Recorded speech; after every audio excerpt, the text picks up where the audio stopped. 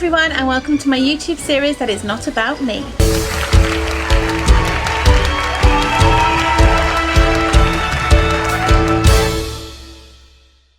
Hello everyone, and welcome to my Spotlight On series, where I shine my little spotlight on the stars of musical theatre and talk to them about their careers so far in this business we call show. If you haven't seen me before, then hi, my name is Emily and I am a singer-actor based in the UK, and I spend my time either performing in shows or talking about them. If you love all things musical and theatre as much as I do, then click subscribe and join my stagey little online family. Also, while you're there, click thumbs up if you would like to see more videos like this one on my channel. If you are a real theatre fan, then comment down below with your favourite ever opening number.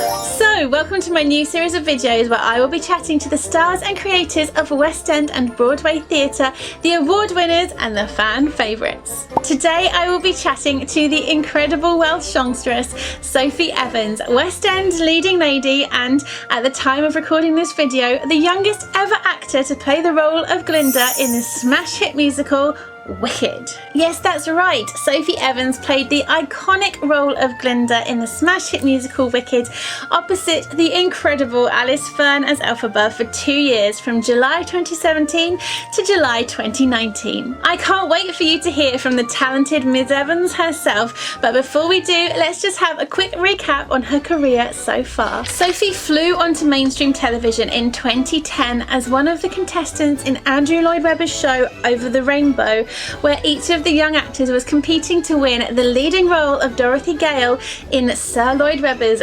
2011 production of The Wizard of Oz. Making it all the way to the final, a young Sophie narrowly missed out on the leading role, coming second to Danielle Hope. Thankfully, Sophie's career did not end there, and she was encouraged to continue her work on the stage by Andrew Lloyd Webber himself, as he funded her training at Arts Ed in a 1-year musical theatre course, and cast her as alternate Dorothy, making her West End debut in March 2011. Sophie received rave reviews, and later she was even allowed to perform with her signature red hair, no longer having to hide it under a wig. From there, Miss Evans went on to perform in a number of prestigious events, including an Only Boys Allowed concert and at the Millennium Stadium in the 2011 Rugby World Cup.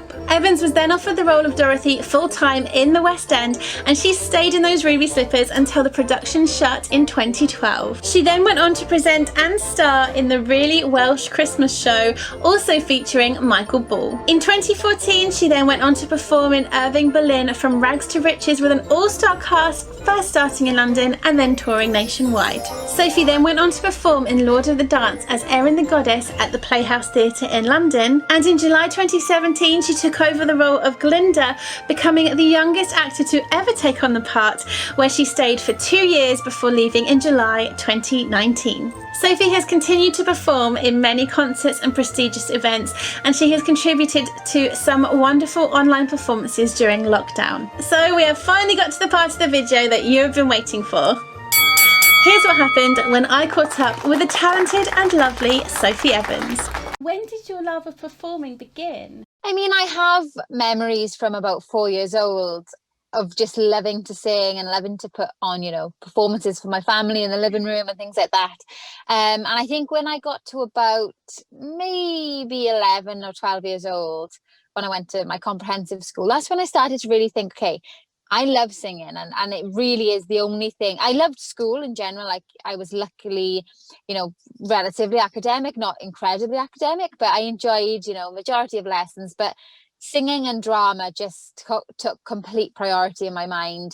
So that's when I kind of started to take it really seriously. And then obviously when I turned 16 and I did the TV show, that's when it became a bit more of a reality. So how was that experience for you? That must have been quite a lot of pressure at that age, with Andrew Lloyd Webber and all the other wonderful girls that were performing as well. What was it like? Yeah, looking back, as you say, it was 10 years ago this year, the final. I was 16 at the start. I pulled myself out of school to go on to this reality show with a lot of extremely talented people, not thinking I would get far whatsoever. And then life was really turned kind of upside down and on its head in the best way possible. And yeah, looking back, I'm not sure I'd want to do it again. But at the time, I loved it and I really threw myself into it. And I mean, the experience that you got from that those kinds of shows, I don't think you can get it anywhere else. You know, you can't get it from drama school. You're not from from being in a show. It was a different kind of learning curve. So even though Danielle won the show, you actually ended up playing Dorothy yourself, didn't you? Yeah, so I came second on the TV show where Danielle Hope won, and I just thought, great, I'm so proud of myself coming second. It's the end, back to school I go. And a couple of days later, Andrew Lloyd Webber rang my mother and said we'd still like Sophie to be Dorothy. And I mean, we didn't really understand what he meant when he said that. And then he kind of went into more detail. We would like Sophie to be the alternate. And again, you know, we were from the valleys in South Wales. We know the terms kind of in the theatre world, but we didn't know what that meant. Did that mean I would do her holidays? Was I understudy? Would I be in the show in another capacity as well? But it turned out that I had one guaranteed show a week. I did all of Danielle's holidays and sick days. And they kind of made that one day a Welsh show. So everyone it felt like everyone in the audience was Welsh. They really played on that. And it was good. It was good. I mean, great for them. They had, you know, it's a good kind of marketing thing as well, because you had obviously, I don't know how close it was, but say it was 60-40 of the public voted 60% for Danielle, 40 for me, or whatever it was. They still had those 40% of people come and see the show, but to see me. So it was me. I mean, looking back, it was just incredible. So that obviously being, I'm guessing, your first professional show. That's quite a big first professional show. How did you deal with the nerves for that? I've always been relatively confident. I have suffered with nerves sporadically, but I'm not a particularly nervous person as a whole. So I think if it was now and I'd never done anything professional, I was 27 years old, and I mean, you're a different person when you're 27 to when you're 17. Yeah, I think I would analyze things more now. I would really think, you know, ooh, should I do this that way, this that way? Whereas at 17, you're just so happy to be there and so kind of like, wow, this is incredible. I'm in London on the West End and I just love what I do. You know, that kind of real, just positive feeling all the time. So I was nervous, but in the sense of I just want to be good. It's not that I'm nervous, oh, I don't want to do this. Yeah. Whereas now, sometimes now, something comes up and I think, oh God, do I want to do this? You know, because you just overanalyze as you get older, I think. Yeah, absolutely. Yeah. So obviously you have gone on to play the incredible role of Glinda in the West End. Now, how was it taking on such an amazing character? See, that was more nerve-wracking, that for me, because I was a bit older. I'd done my share, I'd travelled a bit and just become a different person. But it honestly is my favourite show. It's the only show that I thought when I was younger, you know, if I get into musical theatre, if I'm never in Wicked, I'll be devastated. And I would have done anything. I would have been any role. Yeah. I just wanted to be a part of the magic that I think Wicked is. And it just turns out that I got the main prize that I wanted to get. I had an amazing audition process. They were super nurturing with me, and I just really felt like they were on my side and kind of cheering me on in the auditions, which was lovely. So then to get the call to say I had it was just immense. I've never felt that kind of elation before. You know, when you've won, I watched the show first when I was 15, so I got the part when I was 24. So 9 years of loving something, and then it becoming a reality, and then going on to do 2 amazing years with amazing casts. You know, Alice Furner's my alphabet. I really couldn't have asked for a better 2 years. It honestly was the best time of my life. It was incredible. Oh, and you were the youngest person to play Glinda in London, weren't you? Yes. So incredible. That was cool. Yeah, that was another thing. When I was in the auditions, I thought, well, I think the lady playing it before me, Susie, was maybe 32 or 33. So, you know, 8 or 9 years older than me. I just thought they're not going to cast me as the part. I'm too young in their eyes. And I thought a lot of people, you know, publicly, and I know that people publicly did think that I was too young. I remember reading a few things, you know, she's too young to get it and stuff. And then I'd hopefully proved them wrong. Yes. And then when I left, I was still only 26. So, you know, I did it in a really lovely time in my life where I had no other commitments, and I could just completely indulge. Whereas I feel like, trying to do that role in 10 years' time when I maybe have a family, or I think it would be a completely different story. I just got to be young and enjoy it, and it was really good. So what's on your bucket list? Like, what would your dream role be if you could pick any right now? So it would have been Glinda, and I would love to go back eventually, for a little run if Alice would come back with me. But I think right now, something I'd love to have a go at, and I've never auditioned for it, would be Fantine in Les Mis, because it's such a staple musical theatre show that everyone adores. I think once you have that on your CV, you have this kind of, what would be the word, like status when that's on there, because it's so kind of iconic, and so many people come out of drama school and head straight for kind of Les Mis, and so I'd love to just have a go. I mean, I've never auditioned for that. I auditioned for Eponine when I was maybe 20. And I got through a couple of rounds but didn't get it. So now I'm a bit older. We've skipped past Eponine. I'm too tall, I'm too old for Eponine now. Let's see if I can have a crack at Fantine. Have you seen, I mean, maybe not this year, but have you seen any shows recently that you just thought, I want to be in that? Not so much that I want to be in, but something potentially. I'm trying to think which role I would be, but the last show I saw was Come From Away. Oh yeah, and it was so inspiring, so original and raw. I love the music. I love this. I mean, not love that you don't love the story, but the fact that the story is real. And seeing all those characters and the simplicity of the show as well. It wasn't all staging, and it was very simple. Change a costume means you've changed character. Just really simple, but so effective. Yeah, I loved it. I thought it was. I mean, there probably are a couple of roles I could do in the show, but I didn't go, oh, I'd love to be that role. I mean, I couldn't sing what Alice sings in there. As the captain, or I can't think of the lead character's name, but the pilot. Yeah, Me in the Sky. Me in the Sky. I mean, I saw Alice do that.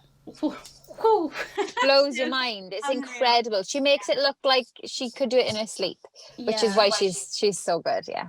So you and Alice still good friends since Wicked? Yeah. So I did, luckily, just before England goes back into another lockdown, we did two concerts together the other week with Emma Hatton and Sophie Lee as well, who are two ladies who have also been in Wicked. And we just, we go straight, whenever we see each other, we go straight back to that kind of banter. We really worked so well opposite each other. We're very, very different people, which I think is why it worked, because not that she is like Alpha and I am like Glinda, but we definitely have traits of either character, which made it funny because, she's very straight talking and I'm quite ditzy and clumsy. So if I did something, she'd be like, oh, God's sake. So, and I'm like, oh, sorry. It just kind of worked. And she was just an amazing kind of mentor to have as well. She won't mind me saying, she's a little bit older than me. She's just had so much experience. She's been in Les Mis, which is one that I think is amazing. She's just done Shrek. She's worked her way up being understudy, and then in the ensemble, then understudy, then getting the part. So that kind of mentor, she is an awesome performer. Well, during our lockdown 1, you were very active doing projects and collaborations, interviews and all of that. You gave your time up so generously. Yeah. How important is it for you to keep the arts alive and relevant? It's definitely important. And I think so many people have diversified themselves and really used their imagination to kind of show how they can kind of, express themselves on the internet. But what I've recently kind of been aware of is I don't want to flood it either. I don't want people to feel like we're overpowering or overbearing people with things. So I want what we put out there I want people to watch it. So rather than putting 5 videos on that don't mean that much, but they show a bit, I'd wait a little bit of time and put something on that's a bit more meaningful, that it catches people's attention a bit better. But yeah, this lockdown, I'm definitely we're not in lockdown now in Wales as of the 9th. So as much as you guys will be, I will try and put some stuff on there for you guys. But we'll see. I'll put some singing stuff on, I think. And finally, is there any message you'd like to give to theatre fans and colleagues while England goes back into lockdown too? Yeah, it's tough, isn't it? Because I try to give advice and then I often need to listen to my own advice and I don't always. So I would say just try and stay as positive as you can, stay active, you know, enjoy that kind of downtime and don't see it as a massively negative thing. There are things that myself and like my boyfriend and friends have been able to do in this lockdown period. I've never had this much time with my partner, so it's, you know, I've kind of enjoyed that and thought I may never have this time again. And I know it's difficult to go back into another one, but it's try and think of it, it's only 4 weeks, you know, watch all those Netflix things you weren't able to watch in the summer, you know, listen to new music and just do things that you maybe wouldn't have had the time to do. I really hope that you enjoyed me shining my spotlight on Sophie Evans today. If you did, then please click the like button, and if you'd like to see more videos like this one on my channel, then hit the subscribe button, because I have so many videos ready and coming soon on my channel. More stars of the stage, award winners, directors and writers. You will not want to miss it. Take care, everyone. Bye.